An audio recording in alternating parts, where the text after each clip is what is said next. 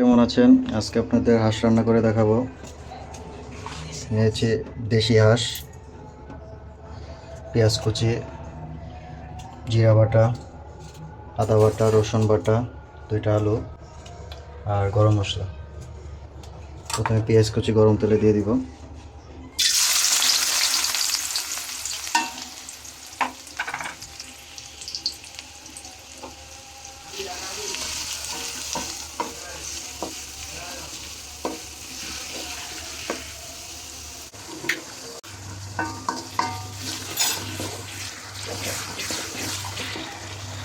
গরম মশলাগুলো দিয়ে দিব।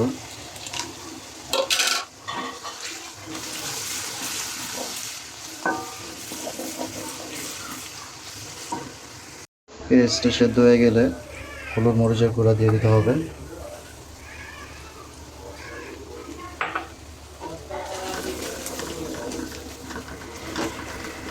হলুদ মরিচ গুঁড়া দিয়ে কিছুক্ষণ নাড়া দিতে হবে। মিক্স করে এরপরে আদা বাটা, রসুন বাটা, জিরা বাটা দিয়ে আবার মিক্স করতে হবে।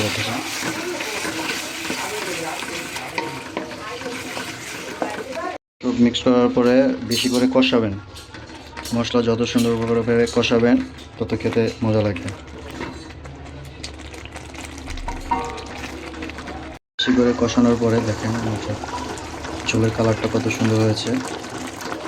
এখনই আমরা এটার মধ্যে মাছটা দিয়ে দেবো।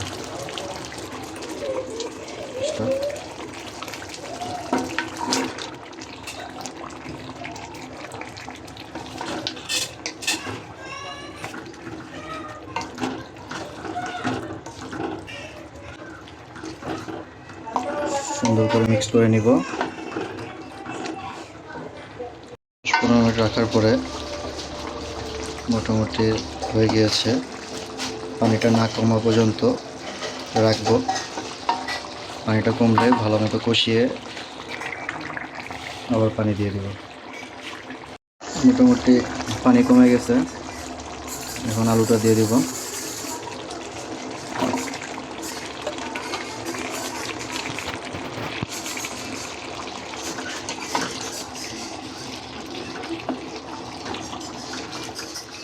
ভালোভাবে নাড়া দিয়ে দিব, তাহলে আলুটা একটু সেদ্ধ হবে। কষানো হয়ে গেছে, দেখুন কত সুন্দর কালারটা হয়েছে।